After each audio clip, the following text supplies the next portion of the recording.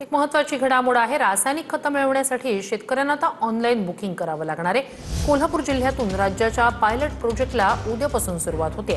Framework for fertiliser सेलचा app वापरून शेतकऱ्यांना रासायनिक खतं बुक करावी लागणार आहे। तर सरकारच्या पायलट प्रोजेक्टला कोल्हापूरमधील शेतकऱ्यांचा विरोध आहे। शेतकऱ्यांकडे स्मार्टफोन नाहीये, नेटवर्क नाहीये, बुकिंग कसं करणार असा सवाल शेतकऱ्यांकडून विचारला जातोय। अडचणी आमच्याकडे मोबाईल नाही आहे, आम्हाला त्यातलं ज्ञान नाही आहे आणि असे शेतकरी जवळजवळ 25 ते 30% आहेत।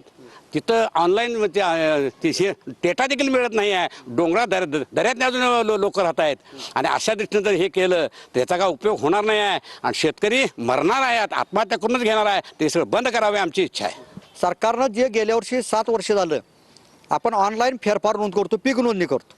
गेल्या वर्षी सरकारनं 25-26ला 2 वेळा मुदतवाढ दिली, कारण ऑनलाईन शेवटी झालंच नाही। शेवटी सरकारनं आदेश काढला तलाट्यांना, तुम्ही बांधावर जाऊनच ते पीक नोंदणी करा, कारण सर्व्हर डाऊन झाला।